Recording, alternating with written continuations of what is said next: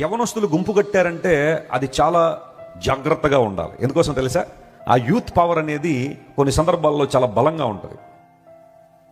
ఈ మధ్య కాలంలో భారతదేశంలో జరిగిన సంఘటన కూడా మనకు తెలుసు. ఒక chief justice of supreme court యువతని బొద్దింకలు అన్నాడంట. ఆయన మరి ఏ ఉద్దేశంతో అన్నాడో మనకే తెలియదు. ఆ స్థాయిలో ఉండి కొంతమంది, అందరిని అనున్నాడు ఆయన, కొంతమందిని బొద్దింకల్లాగా ఉన్నారు మీరు అనేసరికి ఒక పార్టీ పెట్టేశారు ఆ పేరుతో.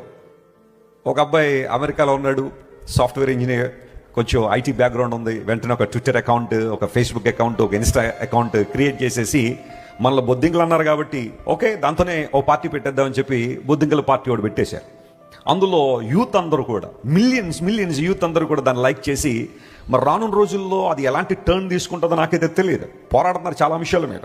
నీట్ పేపర్ లీక్ అయిపోయినప్పుడు దానికి సంబంధించిన మినిస్టర్, సెంట్రల్ మినిస్టర్ రిజైన్ చేయాలని పోరాడుతున్నారు. ఆయన అంతా గట్టి కూడా అసలు రిజైన్ చేయట్లేదు. ఆయన ఎవడలా పోతే నాకేంటి, నేను మాత్రం మంచిగా ఉండాలనుకుంటున్నాడు ఏంటో మనకు తెలియదు. ఇంత ప్రొటెస్ట్ జరుగుతున్నా అతను ఏమీ చెల్లించట్లేదు. నాకు సంబంధించిన ఏం లేదు. నీట్ పేపర్ లీక్ అవడం ద్వారా 20 మంది యవనస్తులు సూసైడ్ చేసేసుకున్నారు.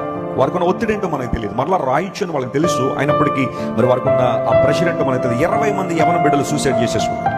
ఇవన్నీ కూడా పోరాడడానికి మేము వచ్చామని చెప్పి బొద్దింకల పార్టీ అని చెప్పి ఒకటి స్టార్ట్ చేశారు. అయితే ఈ యూత్ పవర్ని సరిగ్గా ఛానలైజ్ చేయకపోతే డిజాస్టర్స్ కూడా జరిగే చరిత్రలో